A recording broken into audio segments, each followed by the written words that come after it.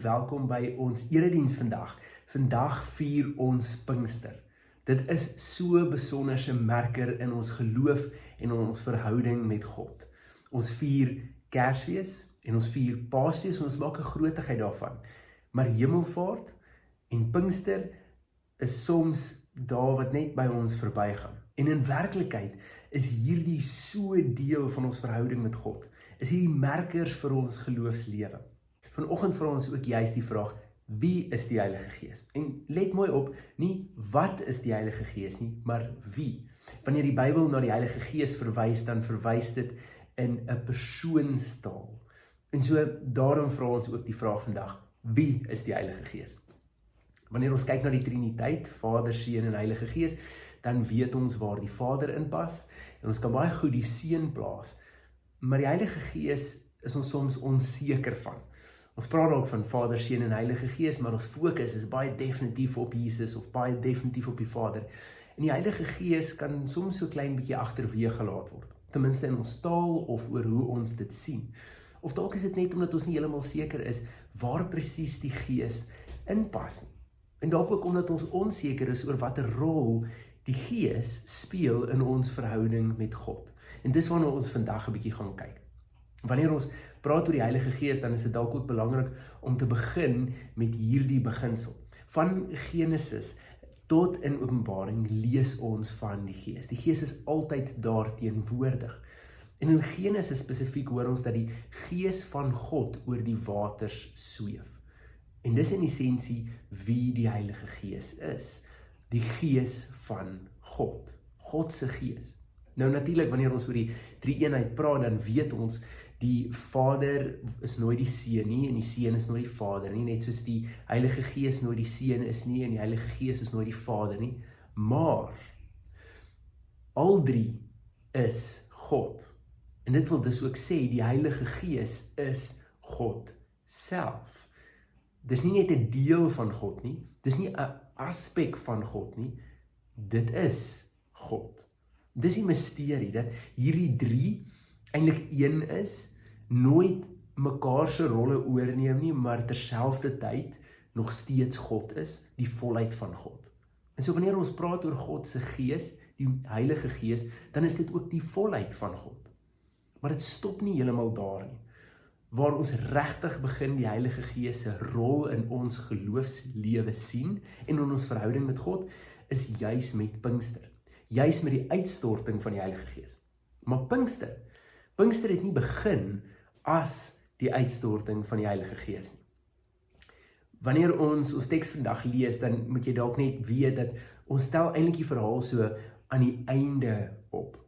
Wat hier gebeur is die disippels en is by mekaar, saam met al die ander Jode wat besig is om Pinkster te vier, of in die Joodse terme Shabbat. En ons gaan nou 'n bietjie iets sê oor Shabbat. Maar terwyl hulle besig is om dit te vier, dan word die Heilige Gees uitgestort. En die beeld wat ons kry is dat die Heilige Gees soos tonge van vuur op die disippels gaan sit.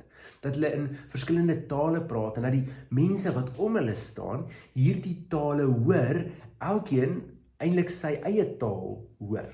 En vir 'n oomblik dalk dink hierdie groep mense is totaal en al dronk. Petrus staan dan op en dan sê hy die volgende. So vanoggend kom ons teks uit Handelinge 2 van vers 14 tot 21. Dit sê: Toe staan Petrus saam met die 11 ander apostels op en onder leiding van die Heilige Gees spreek hy die mense toe. Jode en julle almal wat in Jerusalem woon, ek moet vir julle verduidelik wat hier gebeur het. Luister na wat ek gaan sê. Hierdie mense is nie dronk soos julle dink nie, want dit is nog maar 9 uur in die môre. Nee, hier gebeur wat God deur die profeet Joël gesê het. So sal dit in die laaste dae wees, sê God. Ek sal my Gees uitstort op alle mense. Julle seuns en julle dogters sal as profete optree. Julle jong mense sal gesigte sien. Julle ou mense sal drome droom. Ja, op my dienaars en my dienaresse sal ek in daardie dae my Gees uitstort. En julle sal as profete optree. Ek sal tekens bo in die lug en wonders onder op die aarde gee. Bloed en vuur en rookwolke. Die son sal pikdonker word en die maan bloedrooi, voordat die groot en glorieryke dag van die Here gekom het. So sal dit dan wees. Elkeen wat die naam van die Here aanroep, sal gered word. Nou hierdie teksgedeelte, veral wanneer ons kyk na hierdie verduistering van die son en die maan wat bloedrooi is, dan in ons terme, in ons hedendaagse terme, noem ons dit eindtye. In baie gevalle die einde van die aarde, of die einde van die bestaan van ons as mensdom. En dit is baie interessant, want wanneer hierdie profeseë gegee was, en wanneer die skrywers hierdie tekste geskryf het, was die einde van die aarde en die einde van mensdom nie in sig nie. Dit was nooit die fokus gewees nie. Hier praat hulle van die einde van 'n era, in die laaste dae van 'n era. Reg en gereed vir 'n nuwe era om aan te breek. En het jy al opgemerk dat tydens Jesus se kruisiging, net nadat hy sy laaste asem uitgeblaas het, het daar 'n donkerte gekom, verduistering van die son, die aardbewing wat daarmee gepaard gegaan het. Hierdie is die merker van 'n era. 'n Bietjie later vandag gaan ons kyk na die teks in Jeremia 31. 'n Teks wat 'n belofte is van iets wat kom, wat ons as gelowiges vandag reeds beleef. Maar hierdie vertel oor die uitstorting van God se Gees, en God se Gees wat werkend is in sy mense, in sy kerk.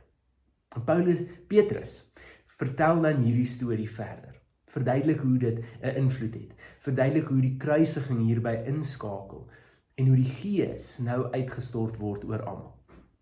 Dis wat ons vandag vier, maar hier's waar die oorsprong daarvan kom. Onthou, terwyl die Jode nou besig was om hier by mekaar te wees, het hulle Shabbat gevier, of Pinkster. En nou, as ons bietjie moet terugspring in tyd, dan is hier waar die oorsprong vandaan kom. Shabbat was gevier 50 dae nadat hulle uit Egipte gekom het. Nou, die Israeliete word uitgelei uit Egipte as slawe, God maak sy mense vry, en dan 50 dae nadat hulle vrygemaak is, dan sluit hy met hulle verbond. En hy sluit met hulle verbond deur vir Moses teen die berg op te nooi, en dan aan Moses die 10 gebooie te gee. Nou hierdie verbond wat God sluit, is God wat met sy mense ooreenkoms aangaan. En dis natuurlik ooreenkoms wat aan albei kante gehou moet word. Nou, hier in hierdie geval, gee God die 10 gebooie op klip. Hierdie wette, hierdie reëls, is juist daarom vir ons te wys, hoe lyk 'n lewe wat tot eer is van God? Hoe lyk dit om 'n lewe te hê wat God behaag? Hoe wil God hê met ons lewe? En dit word op klip geskryf, juist omdat dit onveranderend is. Dat dit iets is wat vas is en waar is en seker is. Dis iets waarop ons kan staatmaak, dis hoe dit is. Nou, hierdie ooreenkoms sluit God met sy volk, Israel, hierdie selfde volk wat nou net as slawe vrygemaak is. En dan werk hierdie as volg. As jy hierdie reëls nakom, hierdie wette volg, dan kan God jou seën. En die rede daarvoor is, wanneer jy 'n lewe lei, met ander woorde, wat God behaag, wat God se wil is, wat God se glorie uitbeeld, dan kan God jou seën. En die belofte van verseën is ongelooflik groot.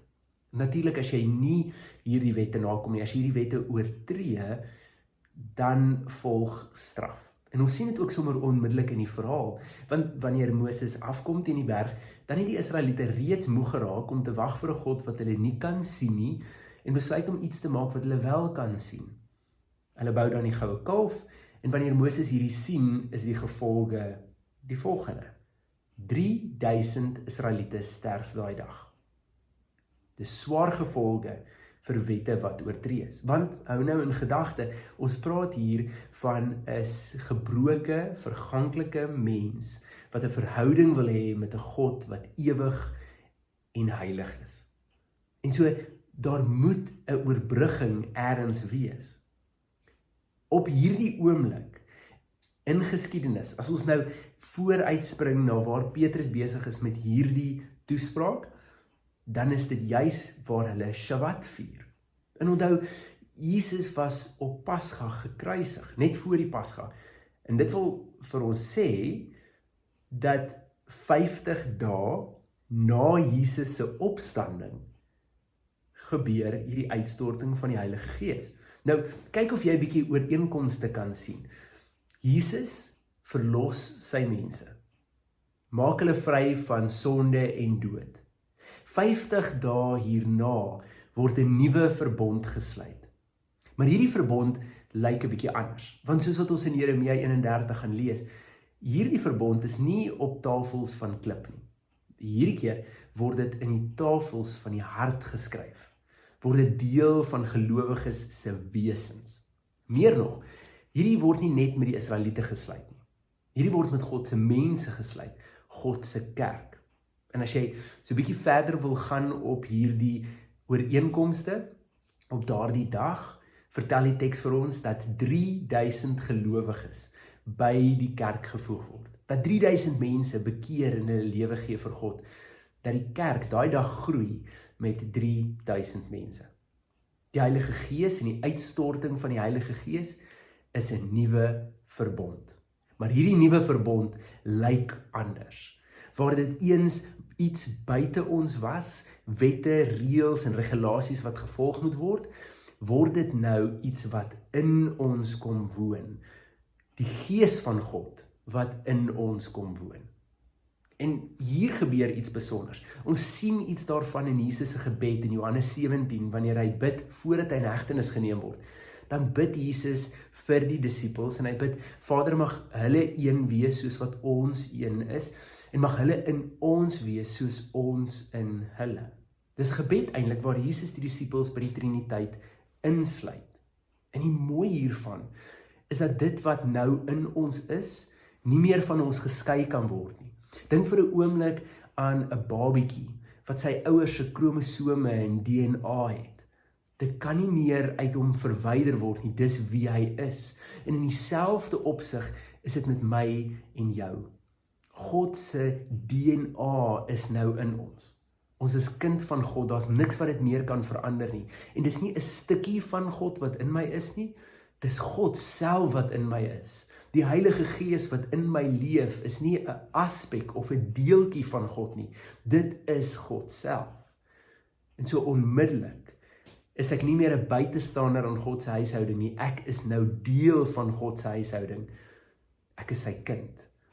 Ek is ingesluit by dit alles. Nou is dit nie meer reëls en wette wat ek moet volg nie. Nou werk God met die leiding van my hart en die verandering van my hart om al meer op te tree in 'n lewe wat God behaag. Dit wat God se hart reflekteer. Ek wil jou herinner aan iets anders. Wat wel besonder is, en ons kyk dit soms oor, is dat hierdie Gees regtig nie 'n klein Heilige Gees is nie. Dat dit nie 'n aspek van God is nie. Onthou jy daai Gees wat oor die waters gesweef het? Onthou jy daai Gees wat teenwoordig was toe God Noag in die ark toegeseël het? Onthou jy die Gees wat teenwoordig was toe die belofte aan Abraham gegee is vir sy nageslag? Onthou jy die Gees waarvan Dawid sing en die teenwoordigheid waarvan Dawid sing? Onthou jy die Gees wat profete reg deur die Ou Testament sekere goed laat sê het en sekere goed laat doen het? Onthou jy die Gees wat daar was toe die blindes gesien het en die dowes geloop het en die verlamdes opgestaan het? Onthou jy daai Gees wat daar was toe die blindes gesien het, die dowes gehoor het en die verlamdes begin loop het? Onthou jy die Gees wat Jesus uit die dood opgewek het? En kan jy terugdink aan die Gees wat reg deur die eeue, van na Jesus se kruisiging tot vandag toe, op verskeie areas mense se lewens aangeraak het, wonderwerke gedoen het en mense tot bekering gebring het? Daai Gees leef nou in my en jou. Dis een en dieselfde Gees. Ek wil hê ons moet gou Jeremia 31 lees. Jeremia 31 van vers 31 tot 34 sê dit: Daar kom 'n tyd, sê die Here, dat ek met Israel en Juda 'n nuwe verbond sal sluit. Dit sal nie wees soos die verbond wat ek met hulle voorvaders gesluit het, toe ek hulle aan die hand gevat het en uit Egipte laat trek het nie. Hulle het daardie verbond wat ek met hulle gesluit het verbreek, al was ek getrou aan hulle, sê die Here. Dit is die verbond wat ek in die toekoms met Israel sal sluit, sê die Here. Ek sal my woord op hulle harte skryf en dit in hulle gedagte vas lê. Ek sal hulle God wees en hulle sal my volk wees. 'n Man sal nie meer vir sy buurman of vir sy broer voorhou, jy moet die Here dien nie, want almal sal my dien. Klein en groot, sê die Here. Ek sal hulle oortredings vergewe en nie meer aan hulle sondes dink nie. Hierdie teksgedeelte is die belofte van dit wat ons vier met die uitstorting van die Heilige Gees. God wat hierdie nuwe verbond sluit, nie met reëls buite ons nie, nie met 'n gaping wat ek en jy nodig het om te oorbrug nie, maar hierdie keer deur God wat binne ons kom bly. En dat hierdie God wat wonders gedoen het en alles om ons geskep het, nog steeds in en deur ons werk. Ek en jy het 'n groot rol om te speel in die gemeenskap en die samelewing om ons. Ons is deel van God se huishouding. En ek dink dit is regtig nodig dat ons vir 'n slag hierdie leiding van die Heilige Gees, die oomblikke wanneer die Gees vir ons sê om stil te bly, of die oomblikke wanneer die Gees vir ons sê ons moet nou iets sê en praat, daardie leiding in die oomblik wanneer die Gees vir jou sê om nou vir hierdie persoon of na iets te doen of na daardie persoon uit te reik, ek dink is tyd dat ons dit ernstig opneem. Want dis nie maar net 'n geesie nie. Dis nie maar net 'n gedagte nie. Dis die Gees wat van altyd af nog daar was. Die Gees wat alles om ons geskep het. En 'n duur prys was betaal vir hierdie tweede verbond om dit met ons te sluit. Ek en jy is in God en God in ons. Kom ons gaan leef dit so uit. Mag die God wat altyd met ons is, Jesus wat vir ons die voorbeeld was van die Vader se liefde, en die Heilige Gees wat in my en jou is, ons altyd lei tot eer en verheerliking van God. Amen. Dankie dat jy ingeskakel het by hierdie diens. Ons wil ook graag van jou wil hoor. As jy getuienis het om te deel, of jou storie het om te deel, of jy het net 'n eenvoudige gebed nodig, kontak ons gerus. My kontakbesonderhede is net na hierdie gedeelte. En natuurlik moet ons ook vir mekaar sê dat bediening nie net in 'n silo gebeur nie, dat ons hulpbronne nodig het om dit te doen. As jy graag by hierdie gemeente wil bydra, finansiëel of op 'n ander manier, laat ons gerus weet. Ons bankbesonderhede sal ook hierna sigbaar wees, sowel as ons SnapScan kode as jy verkies om op so 'n manier jou gedeelte te gee. Dankie dat jy ingeskakel het en vandag deel gevorm het van ons. En ons hoop om jou binnekort weer te sien en om van jou te hoor. Totsiens.